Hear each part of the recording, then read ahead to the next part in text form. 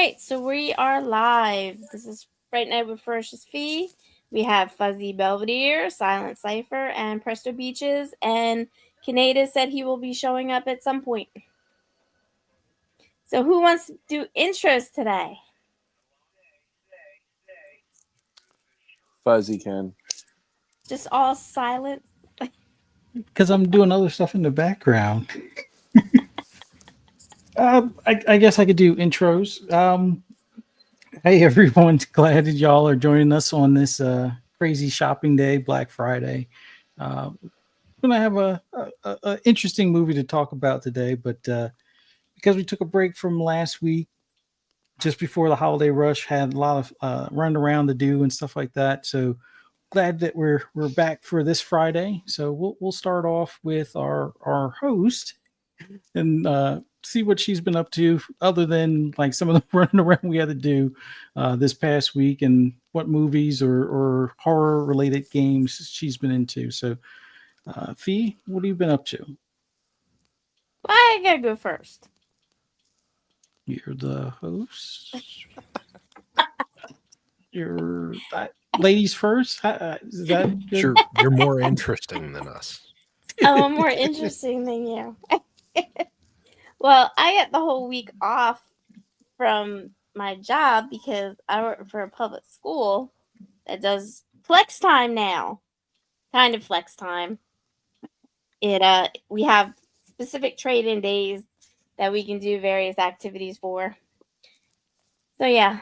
Let's see, we had an interesting time going to Tennessee. Right? That was interesting. Yeah. It was me, my brother, Fuzzy, and my sister. That was very interesting. We wound up taking a detour because there was an accident on I-64. And you know how they tell you don't back up? You know, if you can't get to your exit and you go past it, you shouldn't back up. Guess what they made us do? Back up on the highway to the closest exit around trucks. It's very interesting. Very interesting. Very interesting. So that was the highlight of my last weekend, and why we didn't have a podcast, because we had to go visit my brother. So, all right. I'll pick who's next. We're gonna do popcorn, as we call it in if you guys remember that from school. We'll do Presto Beaches next. So let's see, what have I been up to? We hosted Thanksgiving, as we do every year. We had 19 people, nice little gathering, 8 kids running around the house. So that was pretty crazy. I did not go out Black Friday shopping, but one of my best friends just had a baby girl too. So I got to see her a couple times, which was very exciting. And that's kind of what I've been up to. All right, popcorn. Who you picking?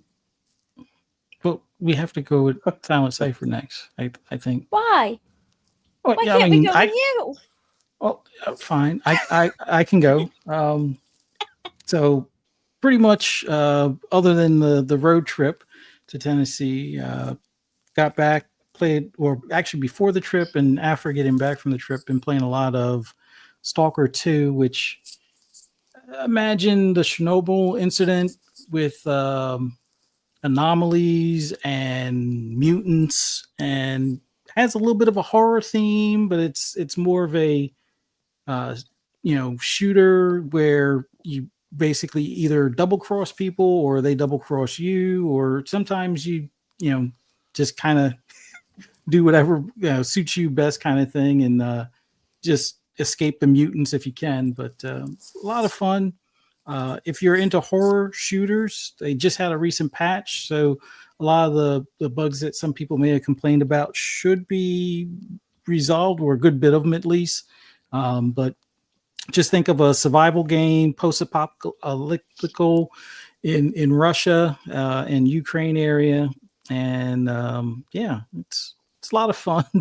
But other than that, just glad to be here with everyone, and talking about some scary movie stuff. But Silent Cipher, what was your past week like, or what have you been up to as far as whether it be scary games or movies?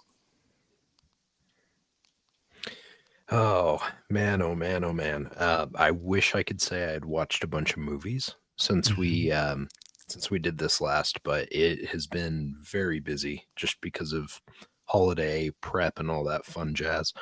Um, I have been playing a ton of Balatro, either mobile or on my Xbox or streaming via Xbox Cloud now that they have that one as one you can do that with.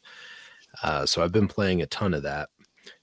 If you're not familiar with the game, roguelike type of thing, card-based roguelike, and it is brutal how difficult that game gets real fast. I jumped into Stalker for a moment when it first came out, but it was still very juddery. The frames were a little rough, and the game was definitely struggling initially. So I'm looking forward to that patch. I saw that come out I think when I jumped on my Xbox earlier. So looking forward to jumping into that though, because it definitely has a real cool atmospheric vibe. Stoked to play that game. But besides that, I mean, I've been playing Chef. It's about all I've been doing lately.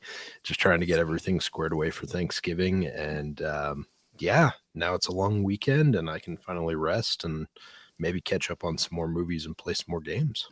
But it's good to be back with you guys. Nice. Well, so good, or so glad we're all back here together, and we all got to watch a movie that's real pertinent to today called Black Friday. V, do you want to start us off with like initial impressions, or do you have a particular question in mind? So Black Friday, if those that have watched it, know that this is kind of a zombie movie, but it's based off of a meteor, coming to, an area on Earth, and it just creates havoc at that point. So besides initial thoughts, because Bruce Campbell has done, Zombies and Army of Darkness. He's done the whole, evil zombie type thing in The Evil Dead, and he's done other movies. But this one is a little bit different, but it also has other elements from other movies. So which other movies, when you think about this movie, which other movies do you think of while you're watching it? That's the question. I get a little bit of Slither vibes. I don't know if you guys got that, but I kind of feel like just with the alien parasite or organism or whatever this is supposed to be, kind of feels like that has some of that kind of comedy. I think Slither was better with the comedy, but I get a little bit of that, and then I get a little bit of God, what was it? Was it Thanksgiving where they had the grocery scene or the store scene where everyone was losing their minds? Yep, in the beginning, right? Yeah. The woman gets her. Yeah, never mind. I'm not gonna spoil another movie, but yeah, those are a couple that kind of come to mind for me. What about you, Fuzzy?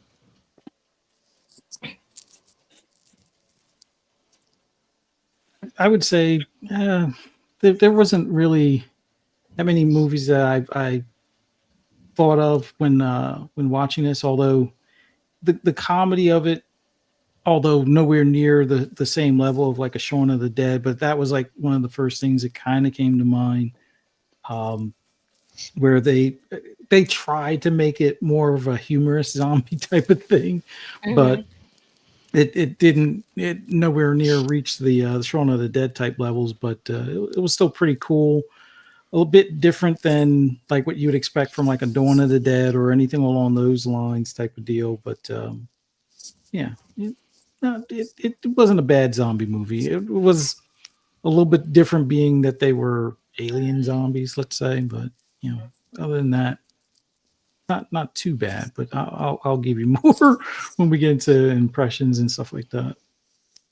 I was getting a little of the Return of the Living Dead kind of campiness from it. Hmm. But it did remind me of another one I can't think of. I just had it in my mind, and now I can't think of it. But as soon as I remember it, I'll tell everybody. But it does give me vibes of another movie, but I wouldn't say it was a zombie movie. Oh, Killer Clowns. Yes, What it was. that's what I was gonna say. Either Killer Clowns or The Blob with that Yeah. big pink thing. Yeah. Yeah. And I Definitely mean, Killer Clowns. for me, it was also Chucky. I mean, when they're in the break room, they're flipping through the channel, and Chucky was on there, and just the fact that Devin Sawa is in there, like I think of him from Chucky and Final Destination. So that's how I kind of link those two together. Hmm. All right, so first impressions. I liked it. I mean, it's not a great movie, but I don't regret watching it. Like it was enjoyable. I wish they would have focused a little bit more on the Black Friday aspect. Incorporate that with the movie more, because besides having the title Black Friday and it happening on Black Friday, like they didn't really go into it more. I feel like they missed some opportunities, but I enjoyed it. What about you, Cypher? Um, I didn't hate it, but yeah, I kind of left a little bit underwhelmed. Just considering it had Michael Jai White, and I totally forgot that it even had Devon Sawa. When I first looked at the movie like years ago when I bought a copy, I was like, oh, cool. It's got that guy, and I just kind of forgot about it. I didn't realize until the end of the film when they're doing credits. I was like, wait, oh, that was Ken. Like I didn't even, yeah, I was not paying that much attention, I guess, to his face, but he looked familiar. But I feel like with Bruce Campbell and Michael Jai White in there, I was kind of hoping for a little more. It was good, but it just I don't know. I don't know. It's not going to stick with me as like the worst movie I've ever seen by any means, but it's definitely just kind of like right there in the middle of the pack, I think. It's missing something. It's yeah, it's I think you're right in the fact that like they could have focused more on the Black Friday stuff. They could have I don't know, maybe explained more as to how the hell we even got to this situation, why this suddenly happened. I guess the mystery of it is supposed to like leave you curious and make it more scary, but it just feels like maybe it was a missed opportunity. They could have explained it a little better. Yeah, I think initially in the newscast was the little bit about the meteor coming down. And then when the piece of meteor came through the roof of the toy shop, toy store or whatever, that was it. That was just the explanation we got. And if you missed that, That was it. that was it. Tr- True, yeah, and that was within the first like couple minutes of the film. So like if you were late sitting at the couch after grabbing some popcorn or something, you missed a key component because yeah, they don't touch on that thing at all after that. Um the I do find the visual effects that they went with interesting for the otherworldly being. It looked like a fluffy, like My Little Pony stuffed animal pillow or something that my Yeah. daughter would have had when she was a kid. I was like, what are we doing here? And like as it grew, I was just like, I was just wondering like how they decided upon the visual representation of this thing. But I'm sure we'll talk about that more probably when we see the when we ended up seeing the final version of it too. I'm sure we'll talk about that more. Yeah, I mean, thinking of that, it kind of that's what really gave me the killer clown kind of vibe. when they had this, puffy kind of looked like a blobbish type of thing, and it was changing different colors, and I think that's where the killer clown Yeah. came more into it. But yeah, so I'm gonna disappoint you because I've never seen Killer Clowns. you've never seen Killer Clowns? So Wow. well, have I'll apologize right now. You have to watch Killer It's Clowns. even worse too because it's even worse because my friend actually works for the publishing studio that just brought Uh-huh. out the game. Okay. And I snagged the game, but I've still never seen the movie either. And I don't want to rat them out, but I'm thinking he might not have seen the movie either. So, Wow. but that being said, it Damn. kind of, the pink reminded me a little bit of Ghostbusters, the pink goo. Oh, the plasma. It kind of looked like a more rigid version of that. Yeah, the plasma. Yeah, it was weird. We have to do a show on the cult classics. What are the top cult classics everybody has to watch? Because I'm just finding so many people have not That watched would be good. what is inspiring these movies like Black Friday. Because there is a little bit of Shaun of the Dead in there when you first open up, and the guy, the first 5 minutes, the guy is like, roaming around the store, and he's like, "Hey, when do the shoppers get here? When's the earliest we've ever seen?" And the guy's like 12 noon, and next thing you know, you have this woman, this outline of a woman, banging on the door. That gives me, Shaun of the Dead vibes as well. Especially with the moaning and stuff like that. It sounded more like moaning than her screaming to get in. And so yeah, I think we should do a top, I don't know, 25 cult classics or 50 cult classics special one time. Yeah. That'd have to be like a record it. two-parter. Might be a two-parter. We can do, the True. top. We can do the first 25 and, well, the bottom 25, and then we can do the top 25 on another show. But yeah, we definitely have to. Because there's so many people that haven't watched things from the 80s or the 70s Like me. that, yeah, even some of the stuff from the 50s, y'all. Who was the one that said nothing? I ain't going that far back, all right? Let's not get ahead of ourselves. Yeah, let's not get here, it twisted. Yeah, are we going back to like Swamp Thing and stuff? Like from Oh, come on. Swamp Thing was awesome. I liked it. Classic. I will say this. They finally released a 4K version of that one, and it looks really good. Like I'll give it that. It holds up really good when they. Oh, he put himself on mute. Wait, what? He put himself on mute. Who, me? Yeah. Well, I didn't figure you wanted to hear me sipping my drink. I didn't. Oh, okay. I was like, all of a sudden you were talking, and next thing I know, I saw you on mute. Okay, so my first impression, this was not my favorite. As anything you don't pick isn't. That's not true. Anyway. You missed that, didn't you? I'm going to have a highlight reel where it says, "This was not my idea, but I still liked it." So the reason why, I knew this was probably going to be something that y'all wanted to pick because it was Black Friday. But the reason why is because it's kind of a movie that I felt Bruce Campbell was not the best in out of all of his movies I've seen.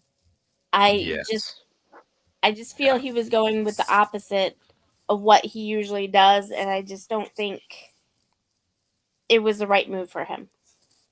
I think he could have had a little bit more confidence, prior to the end of the movie.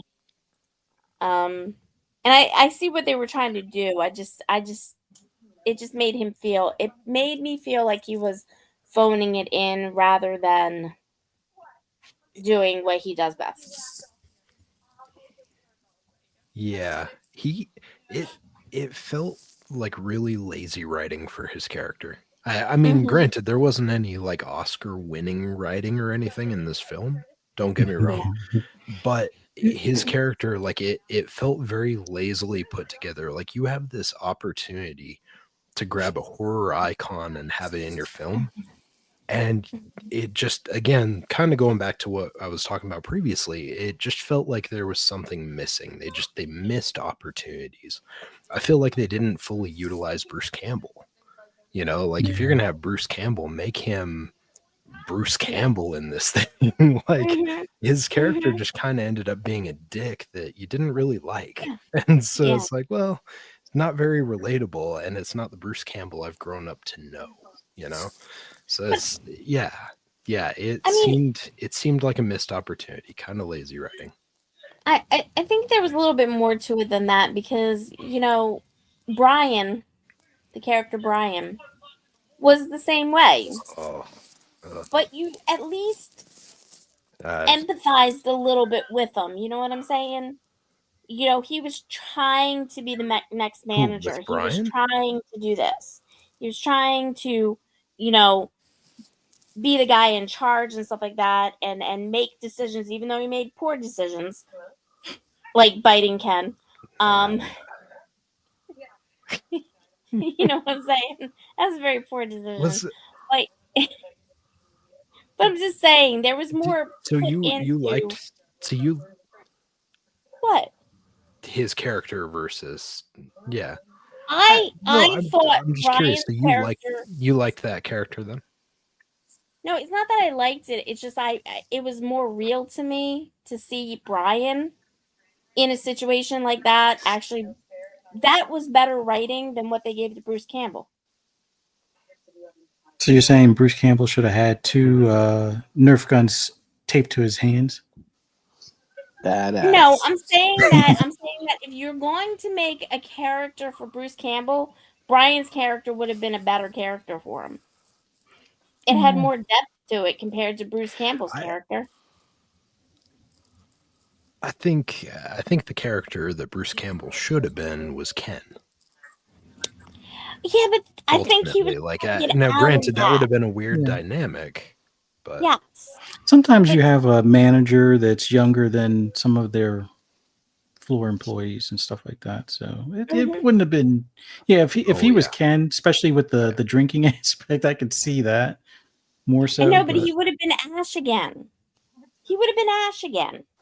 I don't think he wanted to be Ash. Remember, he yeah, but produced this. what's wrong with that? But he produced this. He obviously did. If he wanted the Ken role, he would have taken it. Like, there was no. I just don't think that. I So think he he wanted would to have be been. instead of his normal self in movies, kind of thing. Yeah, he does that sometimes, and I get that, and I like that about him. But it's just, I think he should have taken the Brian role. I think he should have been the older guy in second in charge that, was trying to get back into a top position that he should have had in the first place. That would have sounded more real to me. You know what I'm saying? I think he should have just stayed in his office with his the corporate wine and made announcements over the loudspeaker. Be like, all right, you guys get these zombies out of here. We gotta make quotas. That would have been probably a better like stay in the office kind of thing. Instead of having a team meeting after somebody squashes a customer or something. So basically, you wanted him to be the coward. You wanted him to be the full coward manager. I mean, is what you wanted him. At that point, it probably made more sense. I mean, Yeah. Uh-oh. Mm-hmm. Silent was like, nope, I'm out. You scared him off. Oh, no. He's like, I don't like this discussion. No, but I would have liked to at least seen a reference of like Bruce Campbell have it where he has a Nerf gun or something taped to his hand, or something like Something. tape something to his hands. Like even if he has to use like a one of those like reach sticks or something, like to get something off of a top shelf to like get a set of keys or something, that would have been, a nice like reference to his other movies kind of thing. I mean, yeah, I know he's a producer. If he wanted to do that, he probably could have, but it would have been a nice little nod to have in there, or Easter egg to have in there or something. But Yeah. Just makes me sad that like this was an opportunity for him to put himself into this thing, and that was the character that he gave himself. Like again, I agree with you. Like, had we put a different character into the Brian role, that would have been awesome. Usually I cheer on Brian's in movies because my name is Brian. And so I'm usually a big fan of Brian's. Brian in this was an asshat. And I was just kind of like, I can't wait for you to get killed. And then when he got flicked like a paper football, I was like, fuck yes. But that's what the character is meant to do. Show him getting splattered on the wall after he gets flicked like a football. Like I was okay for him to get harmed. The other characters I was more interested in seeing survive for sure. Yeah. But no, it just, if like Bruce Campbell being involved like this, I don't know. I mean, put yourself in a better role. Yeah. I agree with Fuzzy. I feel like if he had just sat there and just been like schmoozing his Boda box red wine or whatever for the rest of the show, and we were just listening to him over the intercom, it would have been probably a better thing for him. But I feel like the more we met that character and the more that they interacted with him, the less and less I liked that character. And then all of a sudden they're like, "Oh, we're good with you." All of a sudden, even after he's like, "Yeah, we're going to get rid of you guys and there's no bonuses." Like all of a sudden they suddenly liked him. Just like that's not realistic at all. It's a Like, holiday spirit. Dude, he would have been the first one pushed out of that freaking door to save everyone else in that situation. He would have been like a Star Trek red shirt at that point. Yes, exactly. Yep, he put that red shirt on. You could inspect those boxes over there. See what's behind them. Yeah. Okay, so let's talk about Emmett, who was the real red shirt in this whole thing. Does everybody remember Emmett? Yeah. He's the How helpful many yo-yo times did he come guy. back? How many What? times did he come back? Like At least 2 or 3 times. Oh wait, no, I think it was 3 for him, huh? Sorry, I was think it was thinking about the guy at the very end when he was trying to get into the truck. I was mistaking him for a second. So yeah, I think 3 times. Yeah.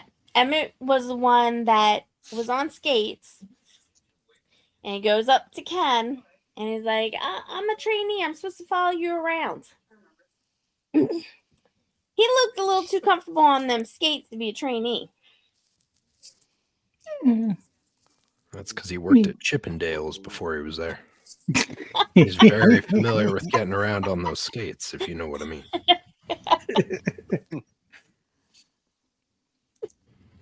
It's one of those things where, while he was the red shirt, he definitely showed up too many times as far as a rebound character. Like you would think after the first few staples or nail gun blows to the head or whatever, that would have been it. But no.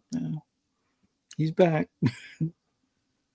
Every once in a while, a movie needs a character like that just keeps showing up. Well, I mean, thinking back to all the other movies, how many times have we seen somebody that has been killed or supposedly killed come back 3 times?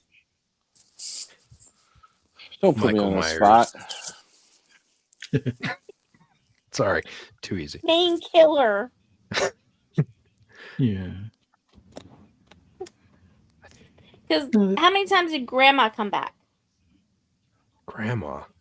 Wait. You don't remember Grandma? The lady. Oh, yeah. Oh, okay. Number one grandma. Yeah, saggy grandma. Yeah, that was... She's seen better days. She's seen a lot better days. Gravity was a bitch. My goodness. So why was there Catches a up to all flashback of for her? us. But my question is, why was there a flashback for her? So you remember who that was. Yeah, so that way you knew who I think he was trying to point out that like this, because that was kind of one of the first people or like the main person infected or around initially, right? It was the truck driver that was. Was it? Oh, that's right. It was the truck driver. Never mind. You know It was what? the Just truck go ahead driver. and not listen to me. She was the one that Devin She was being a Sawa hag. She well, was Devin being a hag Sawa, behind the shelf. yeah, and Devin Sawa Yeah. said he hated all the customers. She's like, "Do you really feel that way?" And then she went on her own Karen rant, and he just put that toy back right in that open spot and walked away. Yeah. Mhm. Yeah. But he couldn't walk away from her then.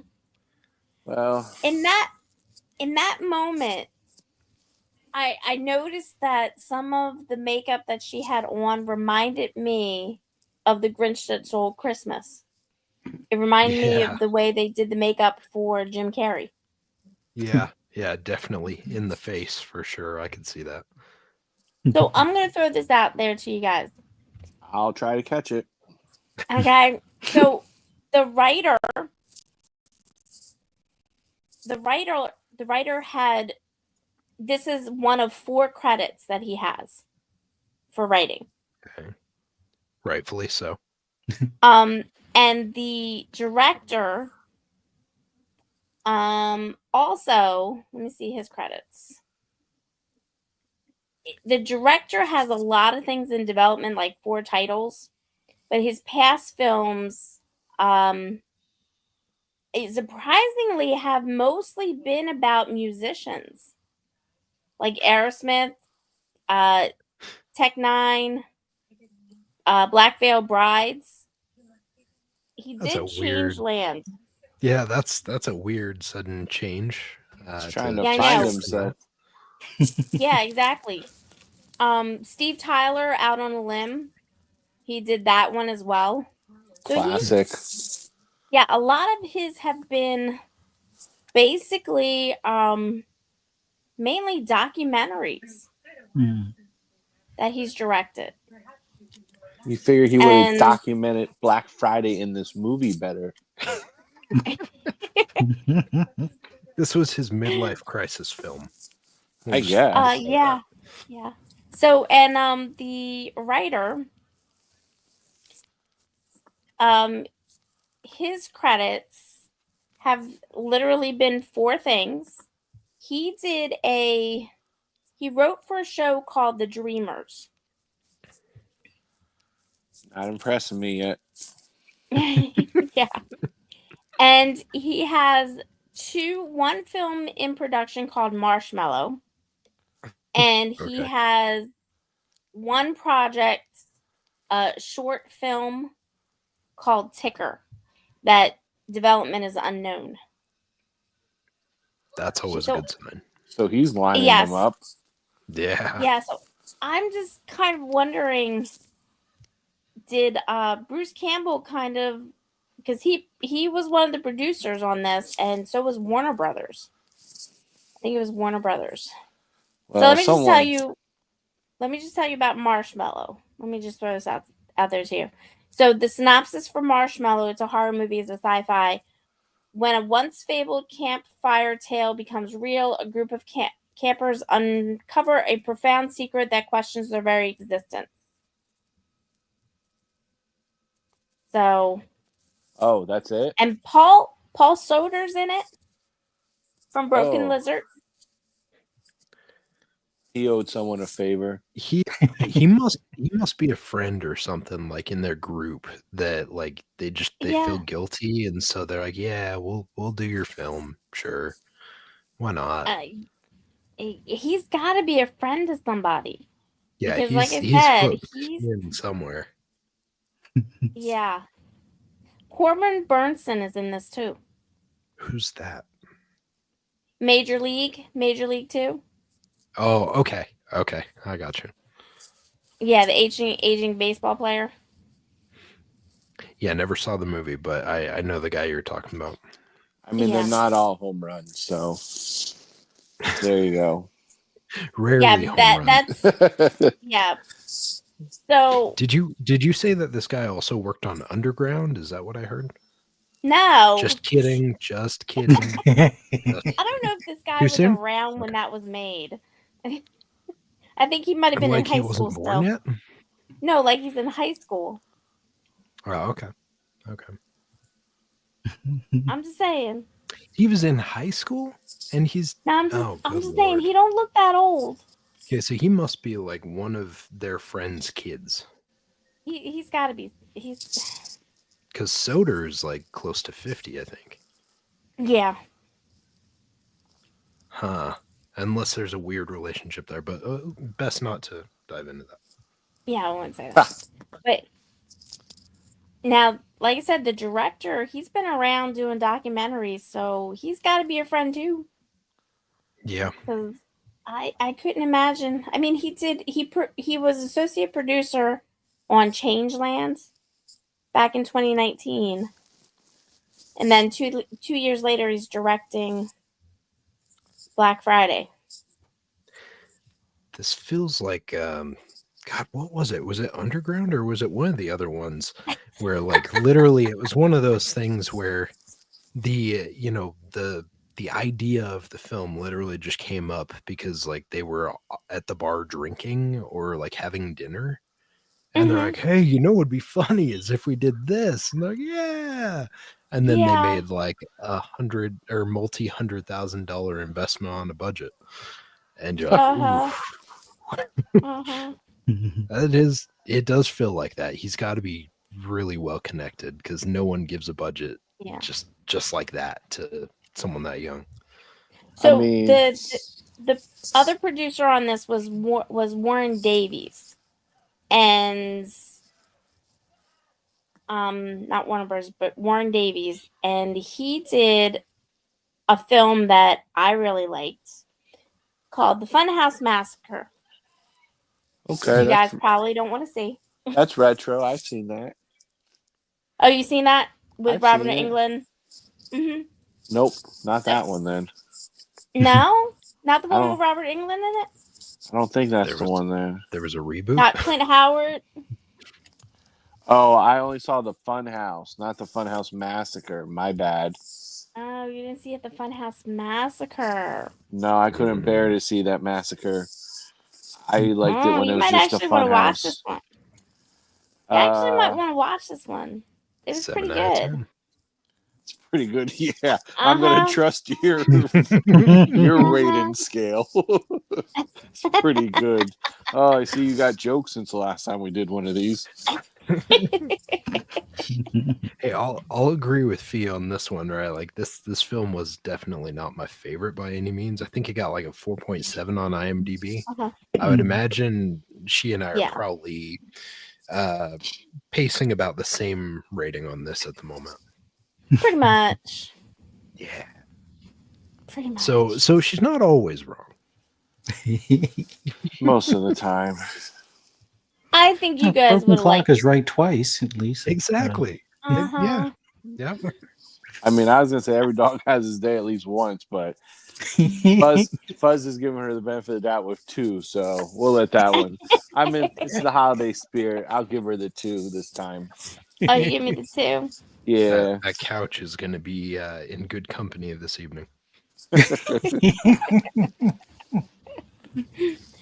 No, but I mean, this wasn't bad. Like, what was it? Underground. No. Camp Woods Massacre, or whatever that was called. Summer Camp Massacre. Yeah. Ooh. We should. Glad I dodged that bullet. Ooh. Oh man, there was more than a bullet. That was that was the a whole movie says it. sandbag to the crotch. Yeah, the movie title says, "Oh, massacre." Like, woo. But so, how did this move? Like, if you didn't watch the trailer or anything to this movie, and you heard the name Black Friday, all of us envision what their Black Friday looks like. Like, but then you've seen this movie, did it disappoint you? Like, were you expecting a movie more about Black Friday and some horror, and you weren't expecting the crazy zombie alien dudes? Or what were you expecting, I guess? Oh I boy. think the zombie aliens were fine. I think it was the ending was a mess. But like the movie being called Black Friday, is that how you would have made a Black Friday movie? Or would Nah. you focused on like instead of zombies, just regular humans just like fucking each other up on Black Friday basically for the it toy?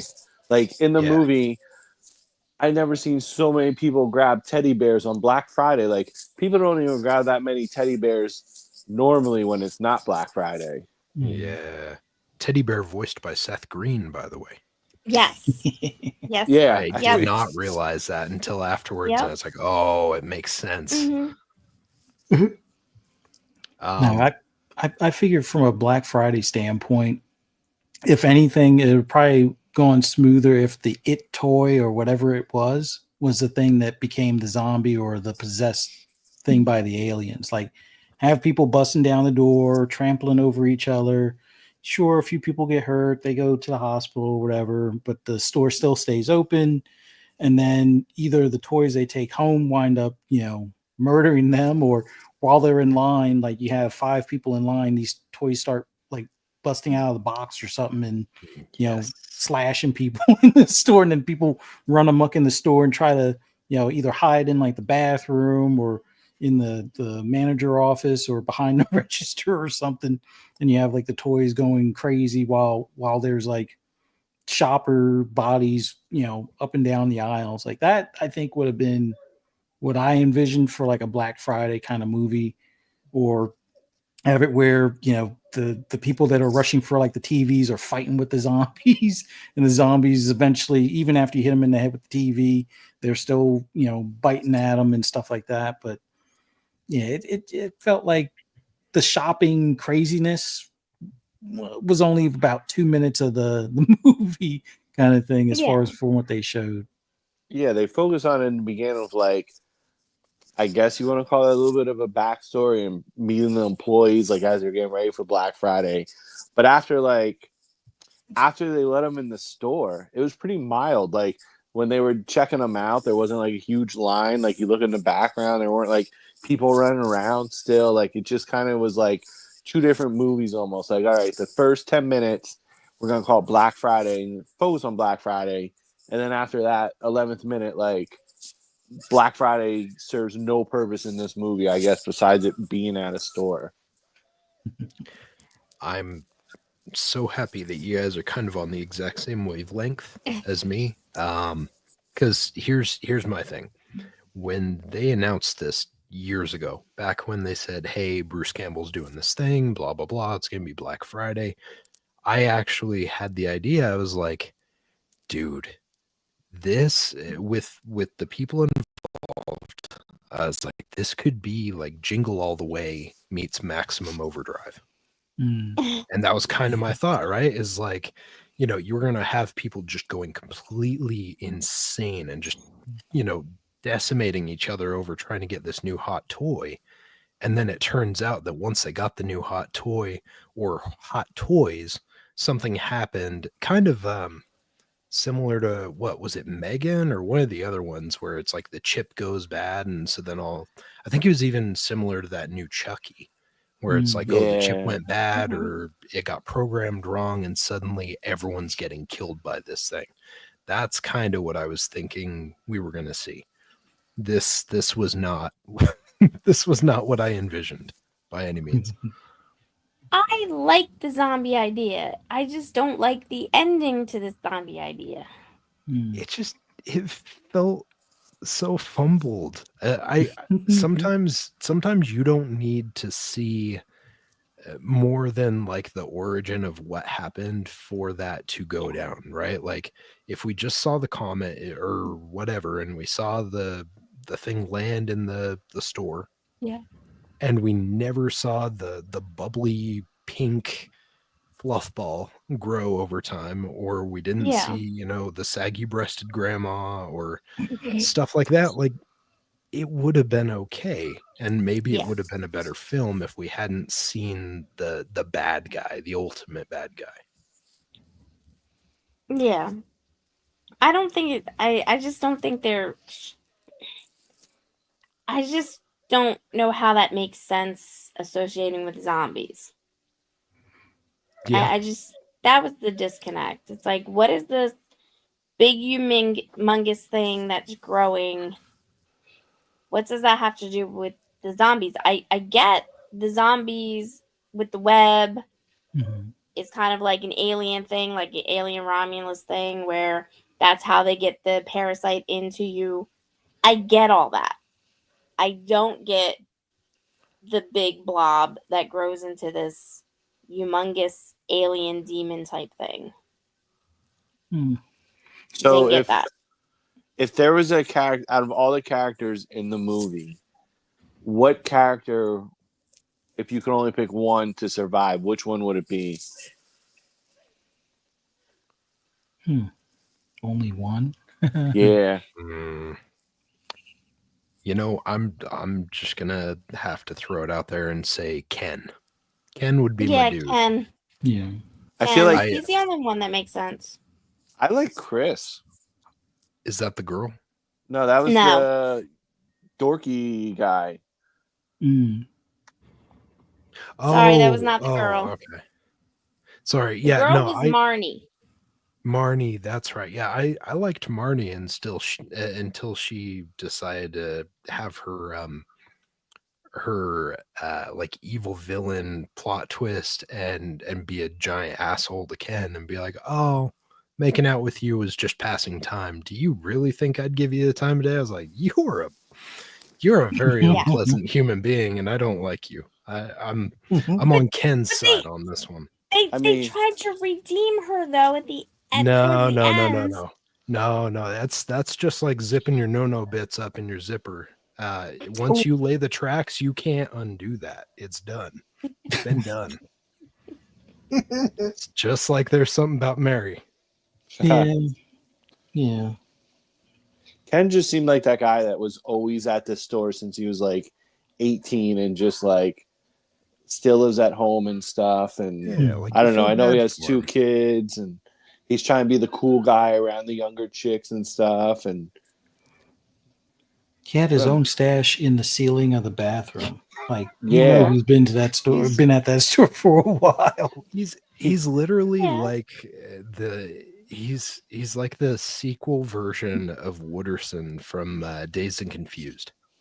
Like he's literally like what happened if that character never grew up and proceeded to just get a job at like a toy store Mm. and No, just never grew up and had a whole bunch of bad life choices. no. See, I don't get that. I get the feeling of he's the father that just didn't know how to be a good husband and failed at a lot of things, and the only thing that he can't fail at is being young chicks. no. Oh, I read that wrong. Is being a floor person at a toy store. Like, you know, he's basically given up on pretty much everything in his life except for, you know, being in his children's lives. Everything else can just, you know, be like coasting for him. He's at that point where he's not gonna do anything in his life except for raise his 2 daughters and that's it. Like he's just That's- given up on everything else. That's the That's vibe why- I got from him. That's what I'm saying is like, you know, homie's like, I got a solid job. I got a secret stash in the bathroom.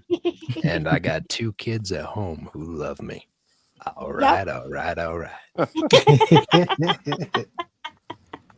Just saying, it's like the older version of the guy. That's all. Yeah. Uh-huh. He couldn't even make the manager though. He was still just like Yeah. just a regular worker. But he was the Yeah. guy that like just is at the store that like gets away with stuff. We're just like, oh, that's just Ken. We like Ken's allowed to skateboard through the store and do whatever he Yeah. wants. Like He's like the lovable flunky that Exactly. everyone just enjoys. he's like penciled Yeah. in. Like he gets passes from HR and stuff. And Mm-hmm. He's a Toys R Us kid. He never grew up. Exactly. Exactly. Tell you what, I was keeping an eye out on the when they were showing like all this stuff, and I was like, these toys don't even have me excited. Like there was one Razor scooter or something, but Mhm. besides that, they were pretty lame. Dude, they were super generic toys, weren't they? Like those were not the Yeah. hot toys we grew up with. Definitely we were didn't have kids. it in their budget for good toys. That was No. pretty evident. Yeah.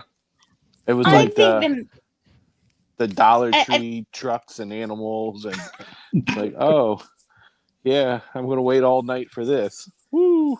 so let's go back to a point where you guys one of the original points that you guys you were wondering about more people not being in the store, not seeing a long line outside, and all of that stuff.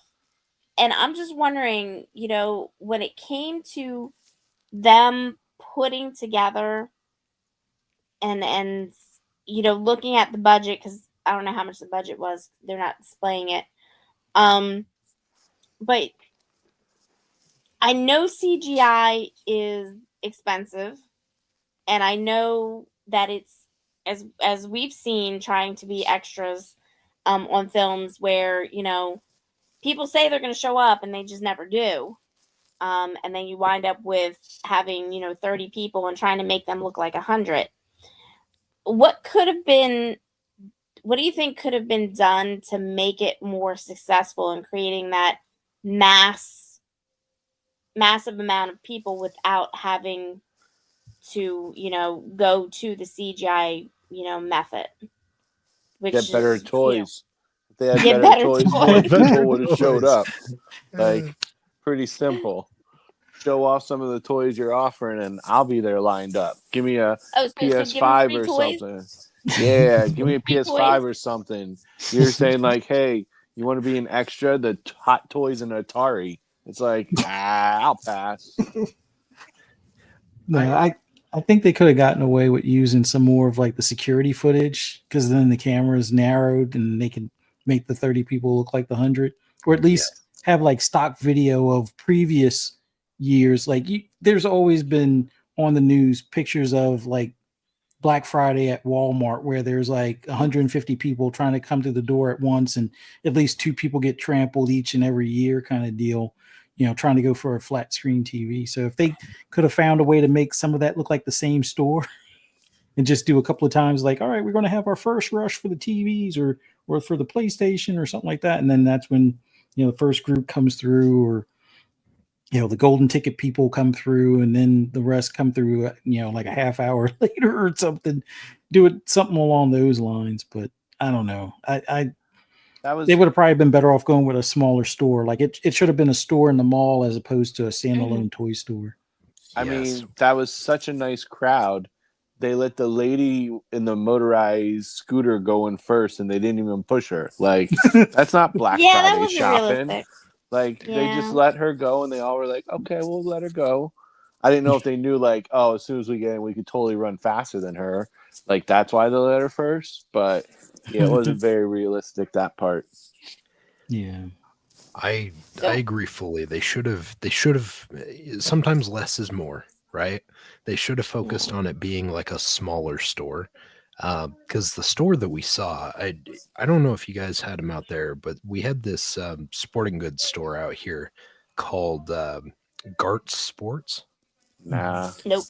So it was huge. Now, granted, it was part of a mall, but the store was ridiculously large, and it was one of those places where it had like the inside racquetball court. It had the simulation golf. It had all sorts of stuff in it, and it was like way fancier than it had any right to be. But as time went on, it continued to just be more and more empty, but a really big shell, like a big husk with very minimal to fill it out. And that's kind of how this store felt, is like when you looked at it, it looked like the size of a Costco or a Sam's Club or something, Yeah. And with that few people, it just didn't make it look or feel very intimidating or scary. Had you done in something like a KB Toys or like some sort of Mhm. small mall scene or a strip mall Mhm. scene, that would have been way, way better because it would have felt like so much more chaos happening. Mhm. Yeah. Yeah, It felt like it was like a Toys R Us, but like after the bankruptcy kind of thing. It yes, just that's Yeah. Yes, yeah, 100%. They were already up to 80% off the remaining toys at the time that they filmed this is how it felt because there was almost nothing there. Like, yeah. and like you said, stuffed animals were the majority of what was still there, which no one wants to buy those even outside of Black Friday. and the one there was two aisles I think when they in the beginning where they showed I think when Devin Sawa Ken first walked in where it was like two rows of all just gift bags and I'm like this was not at a toy store like growing up like two rows of gift bags that I get excited for like you could tell their budget wasn't huge for toys Yeah. and they like ordered off Wish or something and got like the carnival teddy bears or something and like Mhm. the cheesy prizes. That's like, It's oh, it's probably also partly because like Fee was saying, the person who wrote this and envisioned this was super Mhm. young. They didn't experience toy stores like what we did when we were growing up, right? Yeah. Like their Yeah. version of a toy store was probably GameStop, which is not how that used to be either. Like that used to be Yeah. a whole different style of thing.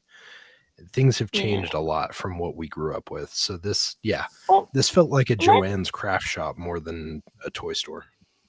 well let's see who the okay. So the production designer was Jarrett Staff.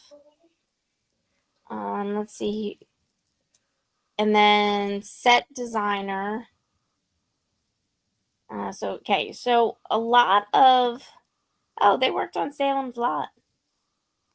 They were set dresser for Salem's Lot. But all of this other stuff that they were a set dresser for, none of it was associated interesting. with any retail before. Checks out. That checks out. Yeah. Yep. So the other person that was on the set, Rebecca Green. Yeah, a lot of the credits of set design, Knives Out, Okay, it's a good um, one. Little Women, Super Troopers 2, but none of them associated with any type of, retail,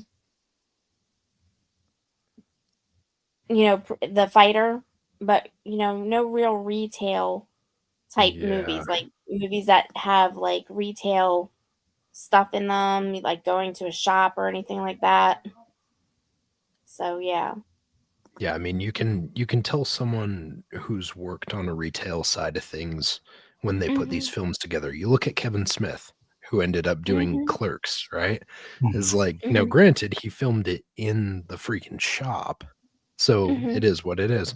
But someone who works in retail, like someone who has Mhm. that eye, has a Mhm. really good way of making it feel like it's more authentic. Um, just yeah, more lived in, more populated. Well, I mean, so with Kevin Smith, when he did Clerks and he did Mallrats, Mhm. he picked something that was already established. He picked something that he knew he could maneuver around in, and he knew what shots he was going to take and what locations in that, True. especially in Mallrats. And Yeah, that's then true.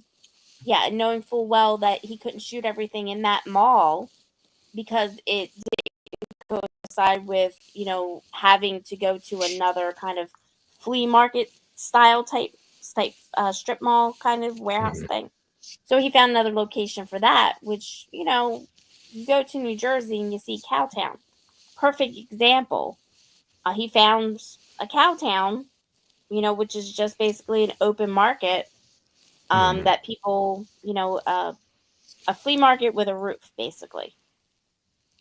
But he knew enough about where to look because he had that experience when he was younger.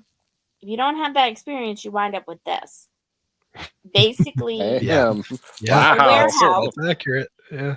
Yeah, a warehouse where they take the warehouse and they make it look like, something that somebody could shop in, but not really. Yeah. You know what I'm saying? Felt so soulless. Like Yeah. Costco and Sam's Club, something that's majorly corporate has more personality than the store had. And you're just Yeah. like, how? Because this is supposed to be corporate, yes, but it's supposed to be more of that like local mom and pop corporate toy shop. And it didn't Yeah. even feel like it had that personality to it. Like Yeah. somewhere you go to bring your kids so they can enjoy Mhm. the toys. Like this is a place that you go to get your bargain bin deals before they close next month. That was about Yeah. it.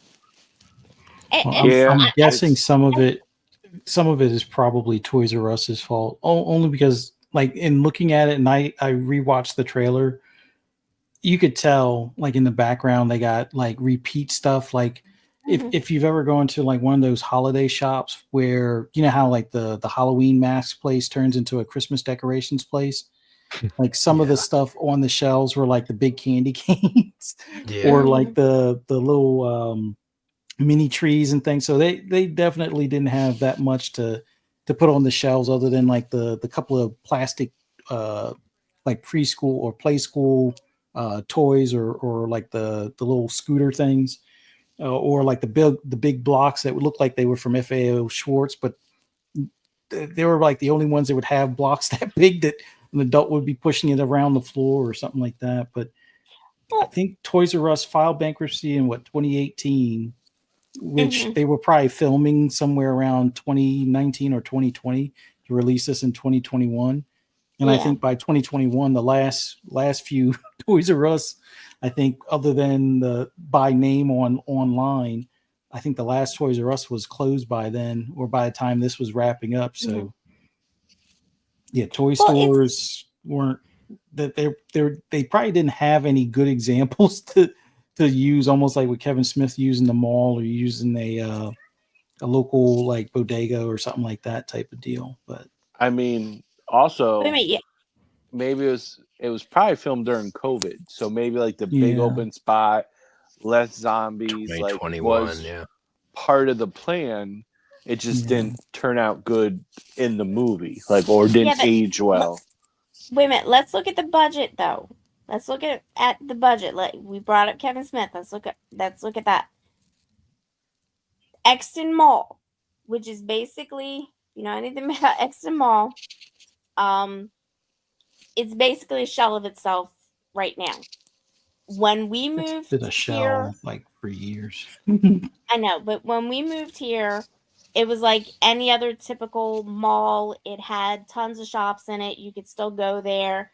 They had it. It wasn't as big. It's not as big as King of Prussia, nowhere near it, but it was still a decent place to go if you wanted to go holiday shopping. And we're talking about before the internet was doing cyber sales and stuff like that. So years later, Kevin Smith was like, I want to do mall reps too. And he went to Exton Mall. I think this was, I want to say 2010, around 2010, 2011. And he's like, hey, I'll give you $1 million. Don't worry about, stocking it with anything. We'll take some empty, because that's when Exton Mall started to die, was around 2010. Mhm. And he offered it again years later when they basically had no more stores in there. They had no stores. Nobody was trying to, put their shop in there in lieu of another shop that was closing. And this was, still right before the pandemic occurred. And he said, I'll give you a little bit more money than $1 million. And again, I don't need you to do anything. I'll take some empty shops. I'll fill them in with whatever I need to put in them, racks or whatever. Don't worry about it. Exton Mall still said no. They were like, $1 million is nothing to us. We don't want it, whatever. They should have taken the money and run. But to offer $1 million to an establishment that's dying, that's a lot of money to offer them and still hear a no, because I'm sure they wanted 2 or 3 million. So I can imagine that they didn't have the budget for that. Then they didn't have the budget to get racks and to get, shelving and to get toys to put in it. So yeah, a warehouse for probably, this budget was probably all they had. Was enough to rent a warehouse for probably, I couldn't imagine this being filmed in anything less than 30 days. Probably less than 30 days, but nothing more than 30 days was this shooting in. I couldn't imagine with the small cast. So I'm just saying that I don't think they really had the budget to come up with not only what they put on the shelves, but paying for the shelves and then renting something other than a warehouse that probably cost them maybe $5,000 or $10,000 for the month. So, because remember, it was published in the newspaper and online that Kevin Smith offered Exton Mall $1 million, and they said no because they wanted more money. Well, let me put it in perspective. Right now, when he offered the money, there was probably 5 stores still left in the food court, and there was probably 8 stores outside of like your end cap stores, which I think they have 3 basic end caps. They had Sears, they had Macy's, and Sears was gone at that point. Point. The first time Sears was still there. Second time Sears was gone. Second time it was not. And it was just Boscov's and Macy's. Now the only thing at that store, at that mall, I think Macy's is still there, but it's like half empty. Boscov's is still there. The end cap was finally replaced. The Sears end cap was replaced with a bowling alley. It's almost like Dave and Buster's Light, but it's mainly a bowling alley. I forget the name of it. Before that, that was like the Halloween spot.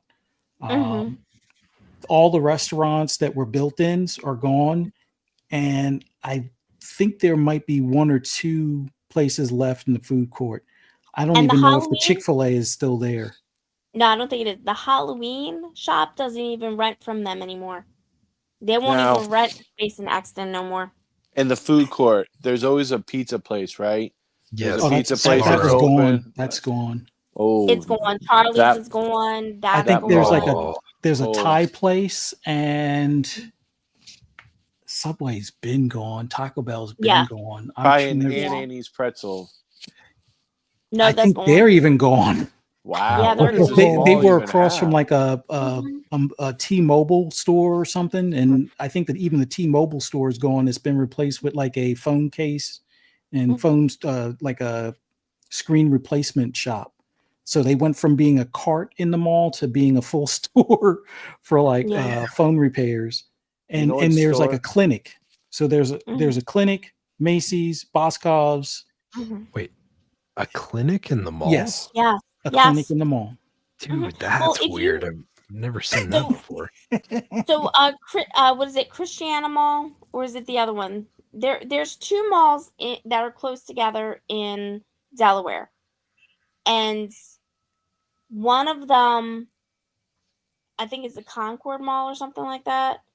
They have more office space than they have shops in there now. Yeah, they gotta rent it to somebody.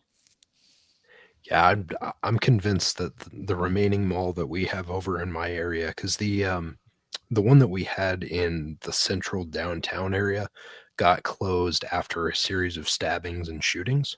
Oh wow! And they like bulldozed the majority of it, except the parking structures, and then a megaplex like movie theater company came in, and they started like reworking that whole area. The one we have left is very much like what you guys are talking about. Like there's like an Asian gifts place, and then maybe there's a pretzel place. Chick-fil-A ditched them like about 10 years ago at this point and Mhm. opened up a Wow. location just outside of the mall so they didn't have to deal with their hours. Mhm. We need more Yeah. Orange Julius's. I miss those. Dude, Orange Julius is gone too. That's been gone from there for like the better part of 2 decades. That one cut Yeah. deep. Yeah, that was good. That was I a miss rough Orange one. Julius. Different times. Yeah. Pour Yeah. one Right. out for my homie Orange Julius tonight. Welcome to the Old People's Mallcast. Yeah, but I just, like I said, with this movie, I don't think it had the budget to do anything than what it did. And it's a shame because they could at least beefed up the background actors to make it look more like a Black Friday sale. They could have kept Michael Jai White in the film for more than 20 minutes before they unceremoniously X'd his character out. That's all they had the budget for. Yeah. Or maybe they like did shooting and then you had emergency, or maybe they were shooting before COVID and then COVID happens. Like, we don't really need to fly him back out here. We'll make it work.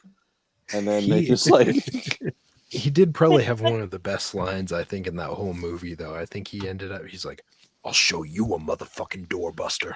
I was like, that's pretty good. I like Yeah. that. that was our Samuel L. Jackson of the movie. Like, Yeah, serious. I know, but majority of the action at that point, it Was- died after that pretty much. Well, yeah, because he's the only one who can actually do anything physical. Like, Bruce will probably sprain a hip. Yeah. And like the That other is guys, true. like they I doubt any of them except for Devin has done anything action. Yeah. Yeah, that's why I was like, Devin's stuff wasn't even that action packed No. when he was he trying. he had one roller skate on going around the store. That was pretty good. What a daredevil. Did his own stunts in that one. Yeah, I mean that was pretty impressive. He had to get away from the saggy boob zombie. So, Oh my god. Yeah, what a clinger she was, man. God, Stalker. man. Yeah, that Jesus. was No meant no, lady. Like, give it up. that was sketchy. Like there were some serious stalker vibes. I guess zombie stalker vibes. Yeah. Yeah. A little He was creepy. like, I don't like you as a human. She's like, all right, let me turn into a zombie alien and get naked. Maybe you'll accept me then. Oh my gosh. Yeah, this isn't I need to speak to your Species. manager. Oh man. The one Yeah, that got away. that woman gave me the creep. She reminded me of the old lady from The Shining, Oh, the bathtub. she reminded me of if you see the movie The Substance. Yeah, I was told I need to watch that. Was that Yeah. a mind trip, man? That was Is it? it was the last like the whole movie was intense, but the last half an hour was like, wow, crazy. Yeah, I mean, without giving anything away, it was very the gore or whatever, the CGI, it was super realistic, and the noises were super realistic. So like when stuff was happening, it was like hard to watch for me at least. But You yeah, said that's The Substance? yeah, Demi Moore's in it, Dennis Yeah. Quaid's in it. Watch the trailer is like not even an eighth of how batshit crazy it is. Like it's just crazy. That's all I can use to describe it without giving away anything. Okay. I think you can watch it on Isn't it- Amazon. Like you'd have to buy it, but it's on Amazon now. Isn't it a body horror style movie? Oh yeah, Hmm. it's Okay. very body horror. There's some scenes where like the noises and what you're watching, it's like, all right, I'm either gonna watch this and mute it, or I'm gonna listen to it and not watch it. Like I can't do both at the same time. Like everyone talks about Terrifier being so gory and stuff, but like Terrifier, because they do a lot of practical special effects, like they still, you can tell are not super realistic. Where this, like, everything is super realistic. Where it's like, and if worse comes to worse, Demi Moore's 61 and she's naked. So you have that going for you also. Yeah, I guess I didn't really think about that. I'm still thinking of like Demi Moore of the 90s. Okay. I think she looks better now that she's 60 than she did in the 90s. Oh, wow. Okay. Maybe it was the haircut she had in the 90s. I don't know. Adding But two favorites. Well, yeah, that hairstyle was horrible. That kind of like was like one step too close to freaking Courtney Miley Cox Cyrus in Scream 3. Yeah, or Miley Cyrus, or what was the character in Hannah Tropic Thunder? Montana. Oh. Freaking Ben Stiller's character Oh, looked like that. Simple Jack. Yes, that's right. Simple Okay. Jack. This is the very, very bad haircut. My goodness. Well, yeah.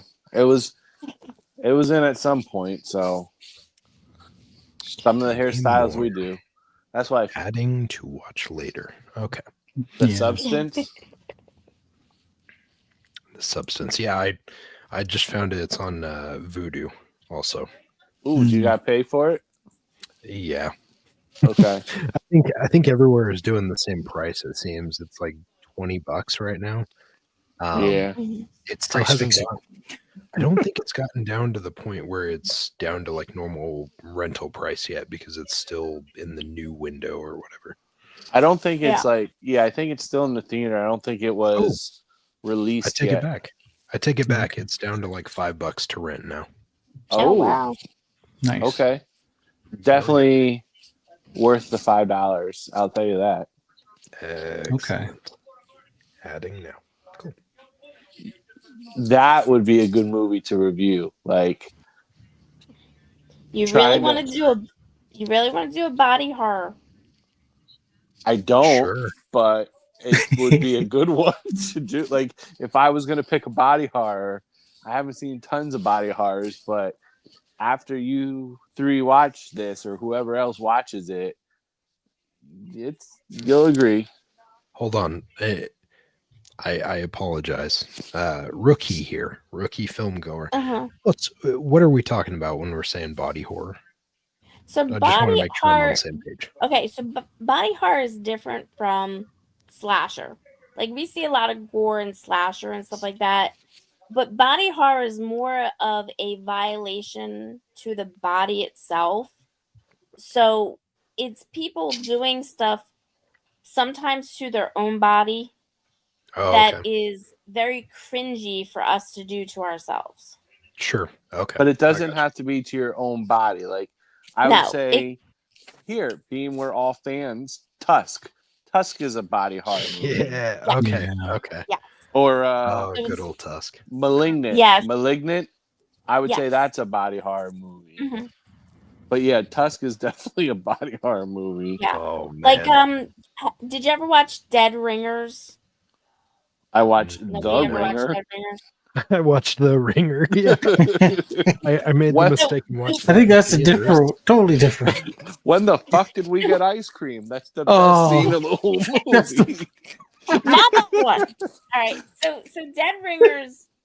So Dead Ringers is a movie about twin surgeons. Okay. One is more evil than the other, but the body horror comes in because they're both gynecologists.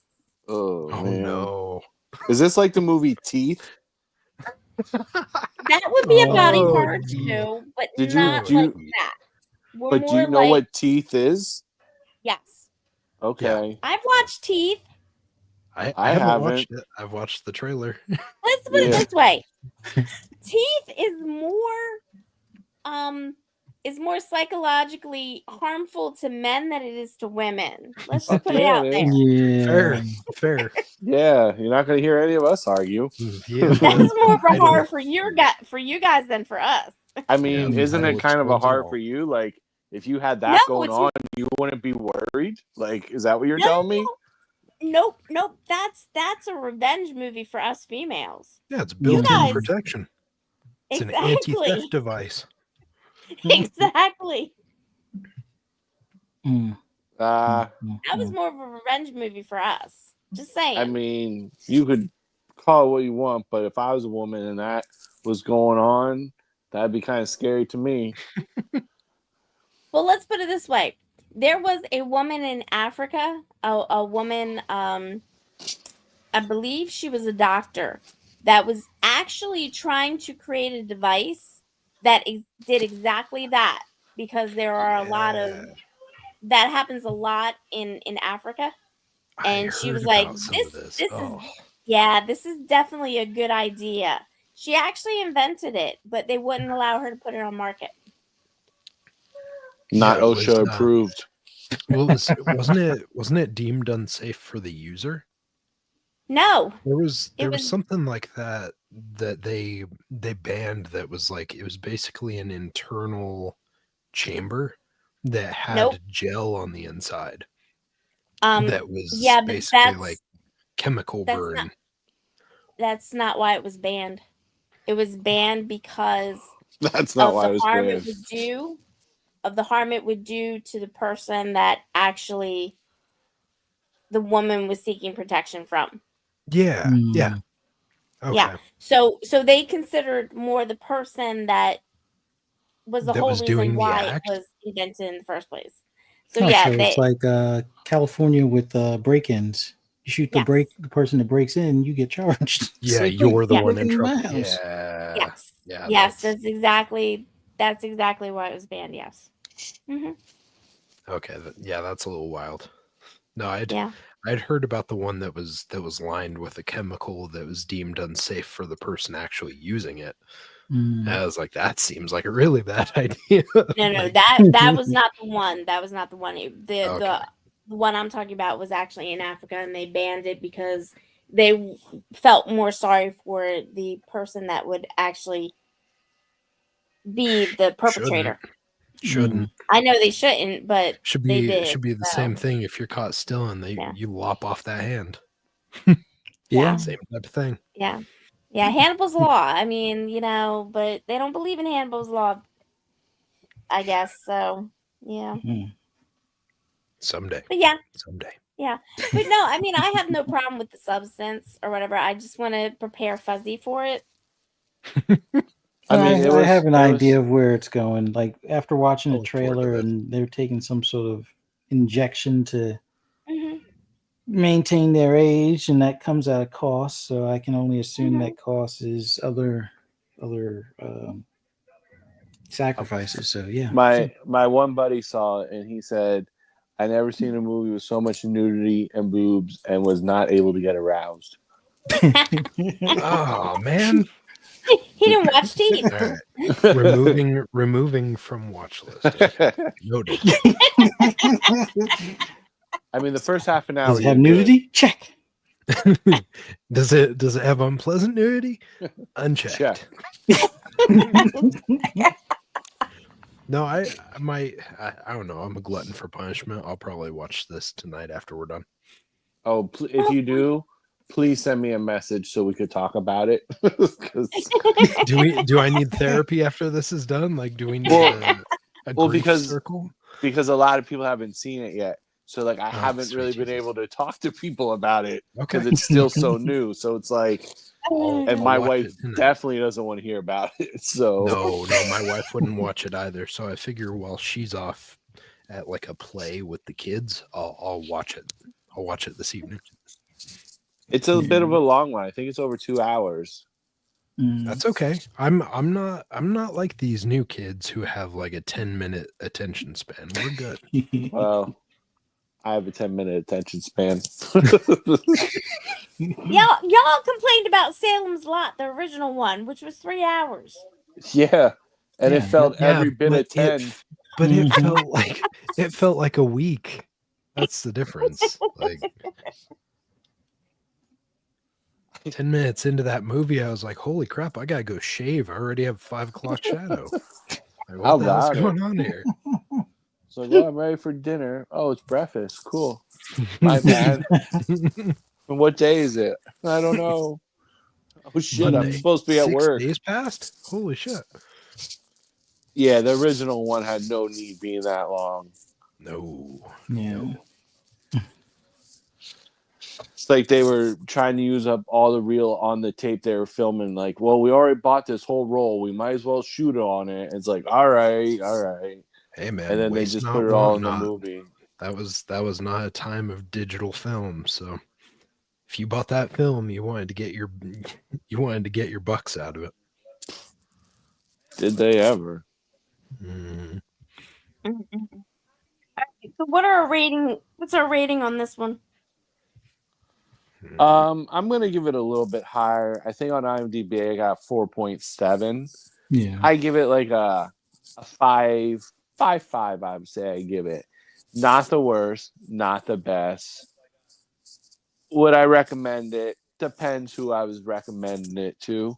Like, some might like it, some might not. So yeah, I mean, it wasn't. I don't regret it. It wasn't the worst. 5.5 is a nice score. I feel coming from me.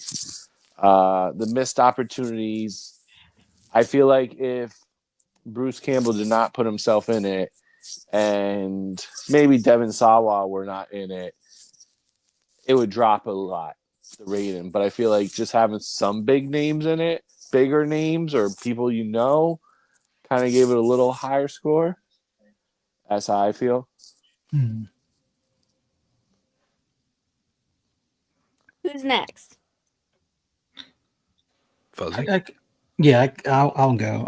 I would say a solid 6. I agree with like the 5.5. I'll be nice and give it a 6. Wasn't terrible, wasn't great, but it wasn't terrible. Um, Definitely some missed opportunities, or definitely some things I would probably do a bit different to aid in the scariness or the horror aspect of it. Like maybe turn the asteroid into like a smaller rock type of deal, so that way um, you have like the pet rock craze. We'll make it like that's the hot toy, and some of the people pick up this asteroid bit, and then they start turning into zombies while they're waiting in line or something. But overall, not bad. Not what I was expecting from Bruce Campbell, but he's got range, so it would have been nice if there was at least one callback to like Evil Dead or something like that, or tape a Nerf gun to his hand or something, because they don't sell chainsaws to kids. So, yeah, a Nerf shotgun would have been nice, but recommended for this time of year. It's probably not the best one for this time of year, but it's definitely a worthwhile film. For Black Friday at least, and it, I would say I would watch this again, but I'll probably try to see if I can figure out some stuff as far as like how they or what they use as props for the toy store, just to see if it's like, oh, they went to the holiday decoration store, or if they actually found some toys over at like Dollar or Five Below or like Walmart or something. But not bad, not great, but solid 6, worthwhile. But a single watch is all you need, really. Yeah. I think I'm probably going to land close to Presto on this. I'd probably do a 5.5 myself. I think 4.7 from IMDb is maybe a little too brutal, but I don't think it goes into the 6s. 5.5 seems fair. I am excited to see Devon Sawa in a film again, even though I didn't realize who the hell it was initially. And then I was so excited to see him when I saw the credits. And I brought it up to my wife, and she was like, "Who's that?" And I was like, "The dude from Final Destination and Idle Hands." And she's like, "I don't know who." I mean, I was like, he "Oh was my in god, what are we?" Casper, Little Giants. I mean, Oh, that's right. Yeah, yeah. I mean, like I enjoyed whenever he was in the films, like back in the day. It was good. I mean, he still looks similar to himself, but he's definitely aged a little bit, which is scary because he's only in his like mid 40s, and that feels weird. Just growing up with him. But that being said, yeah, I mean, it was not a terrible film. And the fact that it's available on streaming, like absolutely watch it once. Um, if you love it and you want to watch it more than that, then that's on you. But it's definitely worth watching once, just to see the movie. And honestly, like I'd half be tempted to watch it with like my daughter, and then while we're watching it, I might like pay attention more to the shelves and see if I can spot any toys that I ever saw when I was growing up. Because again, like I feel like they really reached when it came to the stuff that they stocked those shelves with. I'd be kind of curious just to kind of pay more attention to certain details and see if I could spot anything that I didn't catch the first time around. Yeah, because as a collector, you look to see like, okay, would I be hyped up as much to get that stuff? And when I was looking in Dude, that there store, was nothing. yeah, Nothing. Oh man. it more reminded me of like all the dads that wait till like the night of Christmas Eve to go shopping, and they're all fighting over anything that's left just to get their kids something. I mean, the best Yeah. thing in there, I think the one guy was carrying 2 bikes in his hands. I was like, Yeah. okay, I wouldn't go running Black Friday for 2 bikes, but Yeah, but okay. those weren't even Huffy bikes, dude. No, no, those. That's why you didn't show him pushing them out, because they would have fell apart. So he carried them out. Yeah. They took them back apart and they returned them wherever they got them from after that shot. Oh yeah, absolutely. They're like, hey, open box policy doesn't count on this, right? Like you'll still give me full price? Okay, awesome. Fee, what do you think? What were your thoughts on it? I honestly think IMDb's rating was 4.7 was reasonable. Okay. I like I said, Bruce Campbell acting the way he did, the writing for that just threw me off. I mean, like I said, Brian's character was more A tool. realistic. Yeah, Sorry. he was more realistic. That writing was more realistic than Bruce Campbell's. What they did for Bruce Campbell. I think Dower Dennis was probably the best thing. If you guys actually paid attention to what that teddy bear was saying. Yeah. Yeah. Yeah. I can see why they recalled that thing. It was pretty good. I enjoyed when he's sitting there trying to put on his skates and get all squared away when Ken's prepping for his last battle, and Dennis is just talking at him the whole time. He's like, "Yeah, that's great, Dennis. Thanks for that." Uh-huh. Yeah, that was pretty He's good. talking about how his wife left him, and Yeah, he was personifying Ken. We all know. yeah. Oh, 100%. Like, yeah.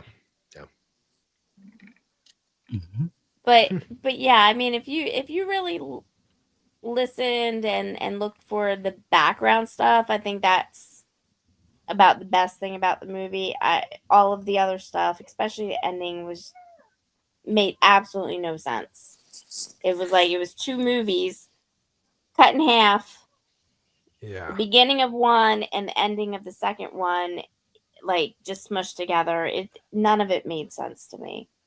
Dude, so and that monster at the end, my God, like I know they put some money into the visual effects for that, but that was like that's going back to like 80s or 90s where you'd see like the faces that were growing out. Like that looked like something from The Thing. Yeah. It was real bad quality. Yeah, I mean, I think they were trying to go for a killer clown kind of ending, and it just, like I said, it just didn't make sense. Yeah. And I know that might have been the inspiration for the writer, but he could have put more of himself into it rather than kind of trying to copy off of something that happened in the 80s. So yeah, I just didn't really like this one. And I had to watch it 3 times. Oh, give it up. I always love your movie reviews because, like, I think we all know by now that if you pick them, they're like sevens, solid sevens. And then if there are anyone else's, you're like, yeah, I'm gonna have to give it a negative 3.2. Like, That's not true. you like find things to fight it. Like, yeah, I appreciate they actually wrote this. There was a good story behind it, and this, and you're like, and that's exactly what I did not want from this movie. So I'm giving it a 2.7. Mhm. It's like, I did Versus not like, want a Bruce Campbell, a non-Bruce Campbell film, and yeah, Yeah, Uh-huh.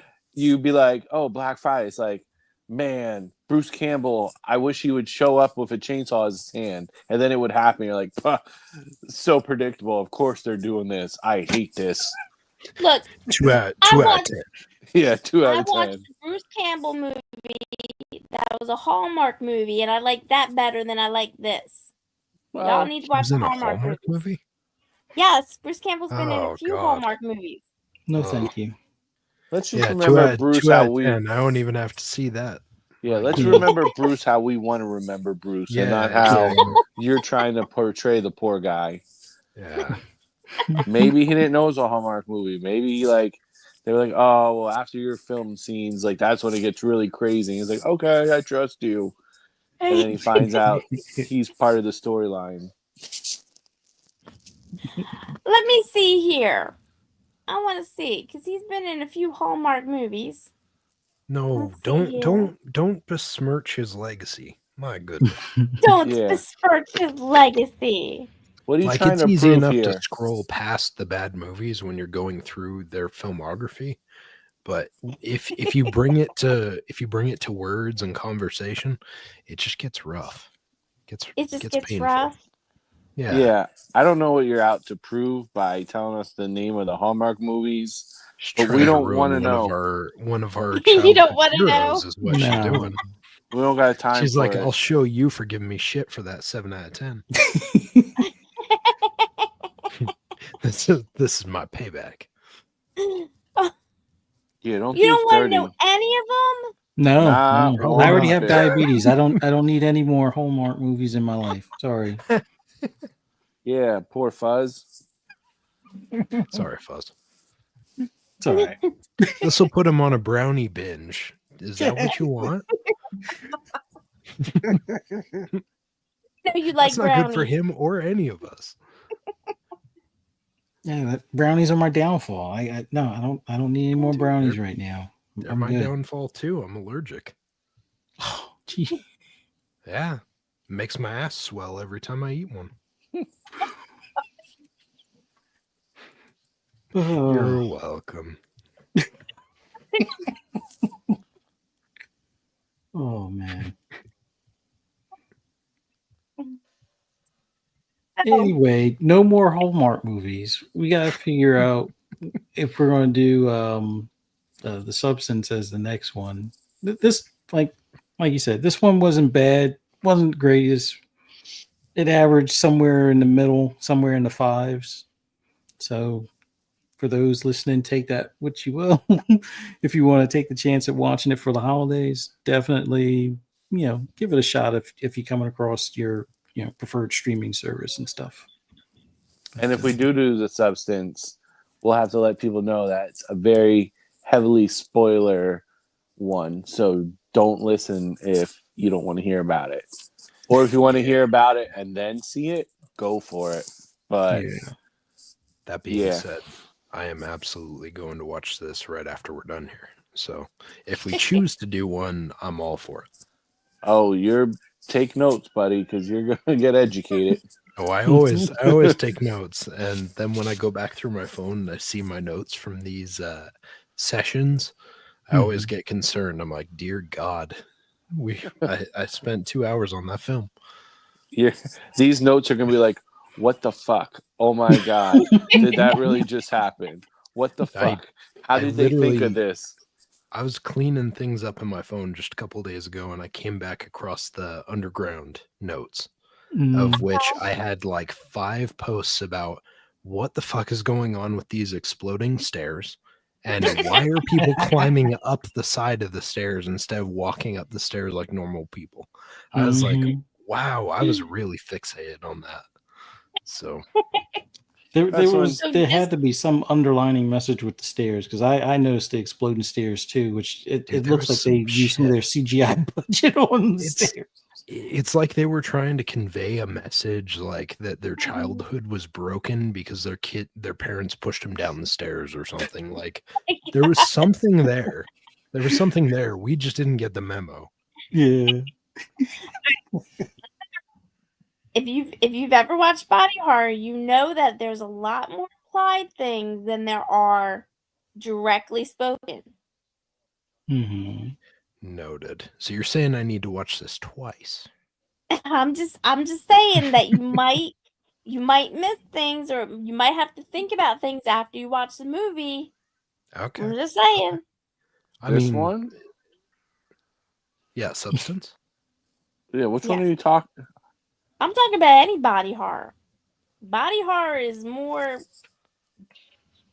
intellectual than it Hmm. is visual. Not Nah, always. this one's I feel very like I feel visual like for sure. sometimes it's just some person who wants to inflict pain on someone else. Like straight cut. I don't know if there's always a story behind it. Well, there's a story behind this one, so Oh, okay. it's Oh, we have a non-horror question here. Who owns Blue Sky or Backed by? Oh, actually, you know what? I just saw an interview with the lady. I think like a week ago. She, seemed like a pretty nice person. Seemed pretty, I don't know, pretty like gathered, pretty well uh put together in an interview. But I don't know a lot more than her presence out there in interviews. But it seems What like about it's you, less Fuzzy? toxic so far. What about Oh, you, Fuzzy? I just know that one of the people that used to run Twitter before Elon purchased it. Well, actually, a little bit of backstory. Blue Sky was a project started by Twitter well before Elon considered buying them. Like I think Blue Sky has been in development for 4 or 5 years or something like that. It was a pet project on Twitter to kind of, I guess, experiment with other stuff that they were looking to do before the buyout and before a few of the advertising things that they were working on. They just wanted to have like a good solid structure for social networking or whatever. And it was by invite only. And by the time Elon came around to buy, that project was already spun off and set aside as like a separate entity. And one of the guys that was running Twitter is now on the board for Blue Sky. I forget who actually owns it.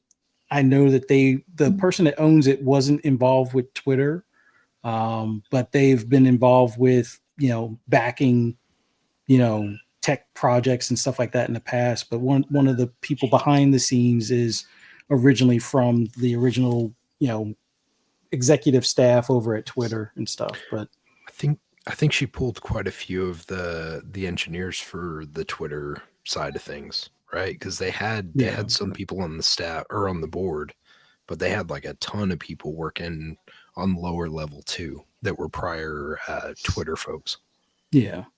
I think when Elon brought in the kitchen sink and let a lot of people know that, well, if you don't want to work for me, get the F out kind of attitude that he Left had. a dead Some of them carcass were in the like, you know sink. what?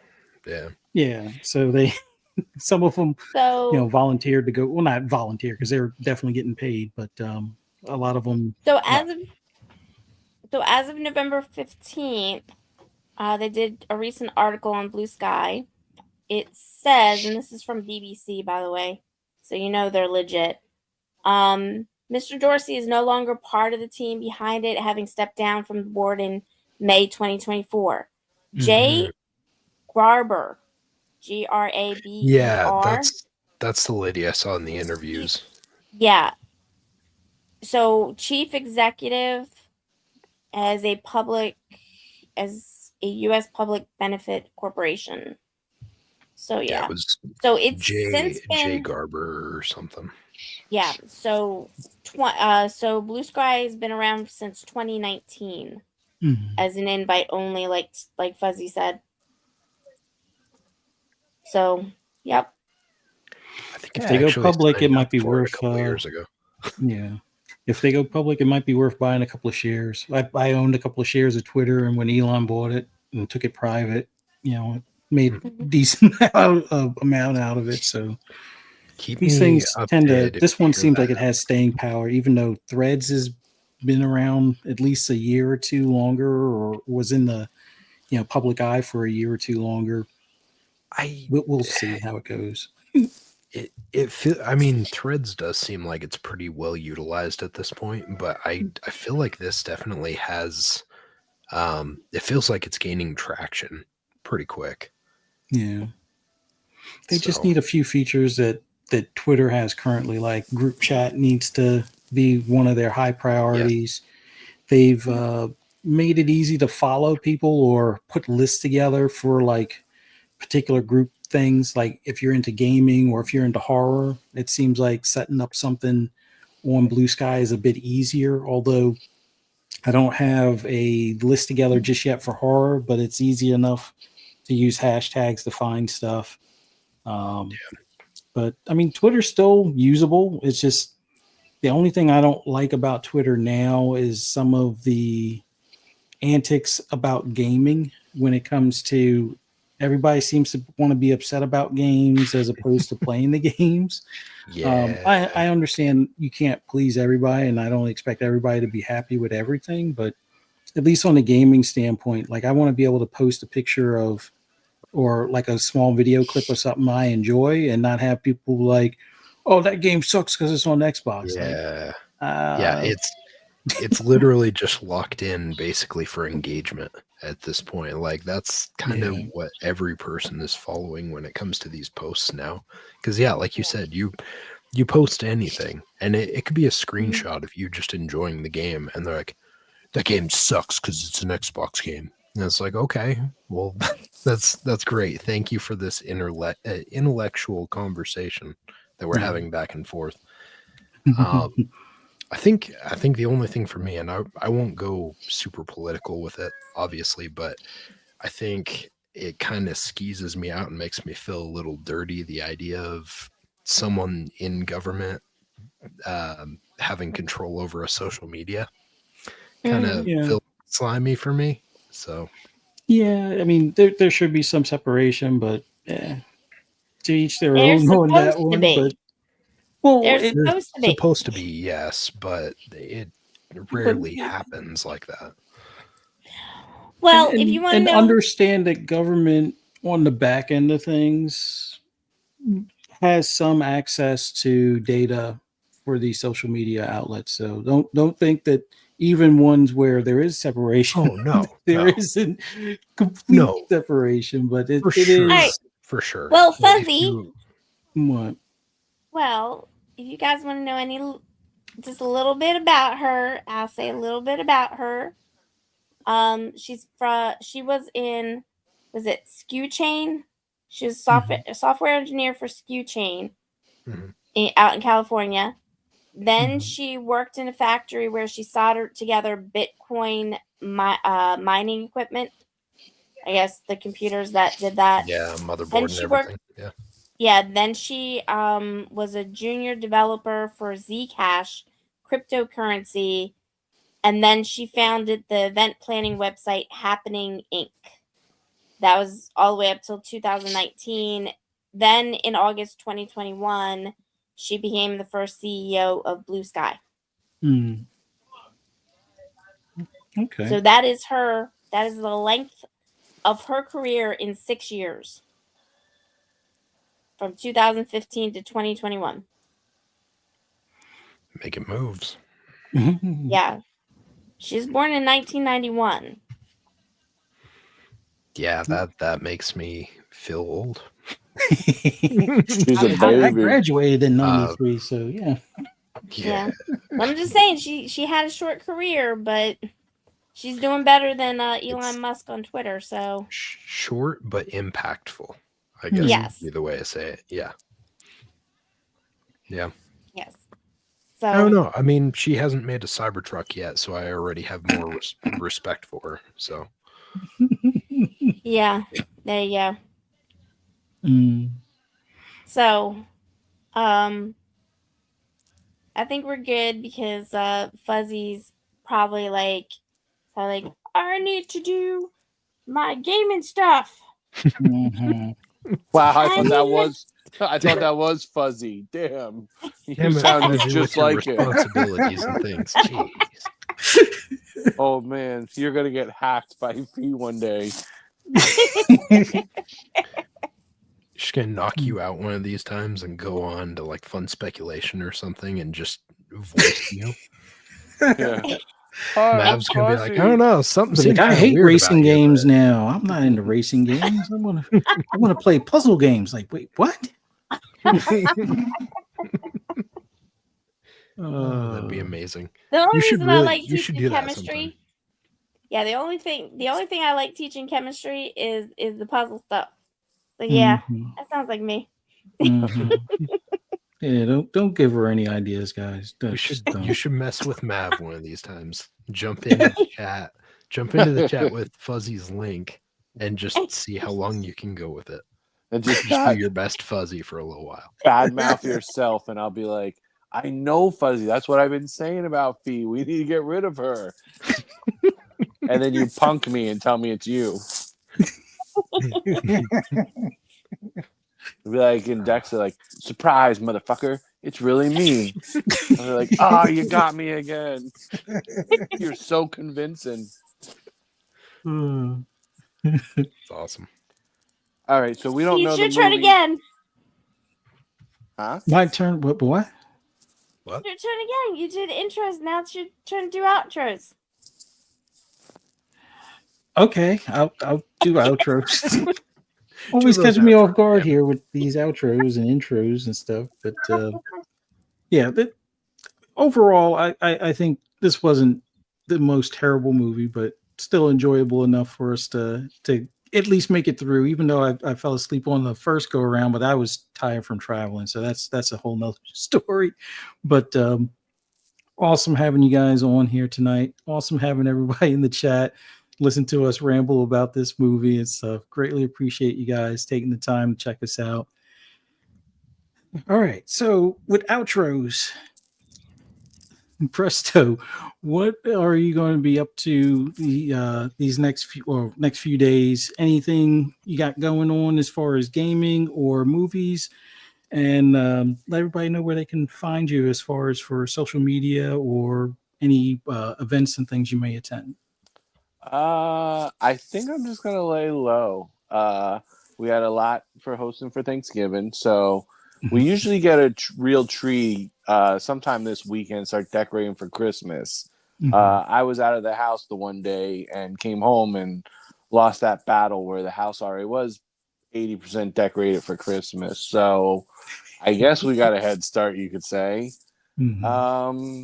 Other than that, I don't really think there's a Krampus festival happening next Saturday in Lee Height or Jim Thorpe in Pennsylvania that I'm thinking about maybe checking out. Sounds like it could be cool and something they do every year. But movies, I guess I'm going to rewatch The Substance if that's what we're going to pick because Yeah. it's a doozy, all right. So hopefully other people that are listening give it a check out too, and they could see the batshit crazy stuff that happens. Yeah. Other than that, I mean, I guess I have a Twitter and Instagram, and maybe I'll download Blue Sky and Threads now or whatever. I don't know. I'm behind with all that crap, so it will happen. Yeah. Awesome. As always awesome having you on the show. Look forward to discussing the substance with you next week. Silent Cipher, let everybody know what you're up to for this coming week and any events you may be attending or games or movies that you're looking forward to. And let everybody know where they can find you on social media. Ooh, all right. Well, you should hopefully be able to find me on Xbox International Podcast on Wednesday at 7 p.m. Eastern Standard.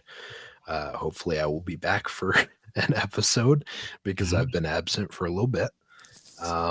Besides that, not really any other podcast stuff going on this next week. It should be kind of quiet, which would be good because it's going to be a busy work week.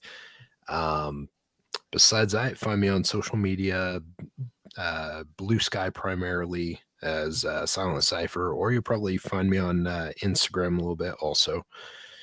So feel free to shoot me a friend request or whatever and chat with me in there if you'd like. If not, no worries. I get it. I can be a pain in the ass sometimes on social media, so I get it. Besides that, Presto mentioned Christmas decorations and all that fun jazz, and I have a tradition that I've kind of inherited over time.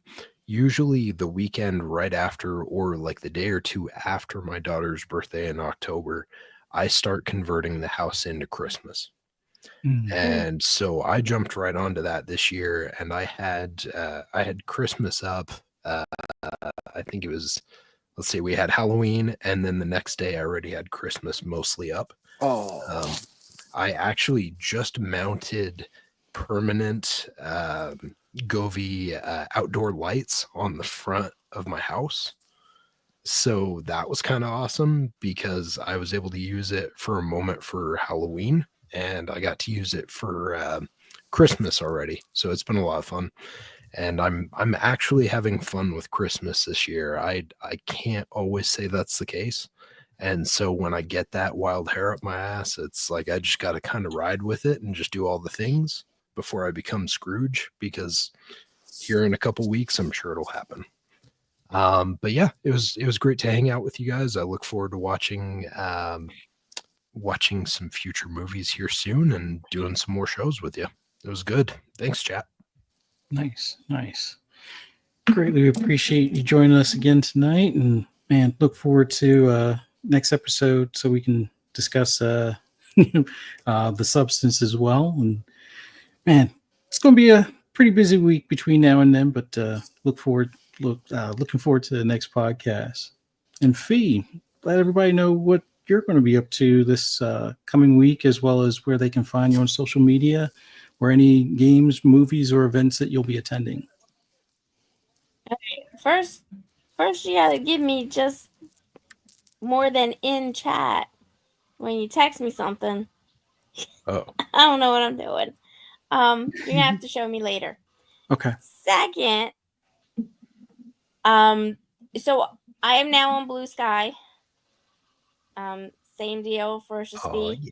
I think 78. Did we put it as Ferocious fee 78? I believe Just so. So it's the Ferocious same as the way it is on Twitter. Yeah. So yes, we don't call it X, we call it Twitter. I don't know how y'all feel about that, but it's Twitter. It is what it is. It is what it is. So I'm on Twitter, Blue Sky. You can always email me, ferociousfee78@gmail. Remember, Fridays at 6 p.m. unless we tell you no, we're not going to have a show. But we will have a show next Friday. It looks like The Substance. I mean, it looks like it. It might be a trauma movie. I gotta discuss that with you guys. The and then tribe has YouTube. spoken. And then YouTube. Fright Night with Ferocious Fee. That's about it for me. What about you, Fuzzy, and your gaming list? Oh, as far as where I'm going to be, a number of podcasts, including one later on tonight at 9 p.m. Eastern Standard Time, Xbox Ultimate on Fun Speculations channel. We'll be getting into some pointed Xbox topics with Avowed and a few other games, and how much we've been enjoying some of the stuff that's come to Game Pass most recently. Tomorrow will be the Shop Podcast at 9 p.m. on PTK Blam's channel, Eastern Standard Time once again. Also, more gaming talk, although we tend to talk a little bit about Xbox, a little bit about PlayStation, and very rarely about Nintendo, because we're not the biggest Nintendo fans, but it's all good in gaming. And then Pixelated Echo Sunday at 8:30 p.m. Eastern Standard Time with me and 3-Bit. Just do a search on YouTube for Pixelated Echoes. And Monday will be Xbox lunch break special at 12 noon with Double Barrel Gaming with Mr. Boomstick XL. Probably get into more of the avowed recent controversy and some of the topics where certain gamers might be taking offense or have an issue with some of the, I guess, ideas behind some of the characters in the game. But we'll discuss it. And FSP later that night at 9 p.m. Eastern Standard Time, once again on Fun Speculations channel. And then hope to see everybody back here next Friday for another night of Fright Night with Ferocious Fee, where we review The Substance. Hope to see everybody in the chat again, and have a safe and happy weekend. Enjoy Cyber Monday. Look for those good deals, and don't spend all of the Christmas money in one spot. Spread it out. But once again, glad to be here with you guys, and hope to see you next week. Bye. Mm-hmm.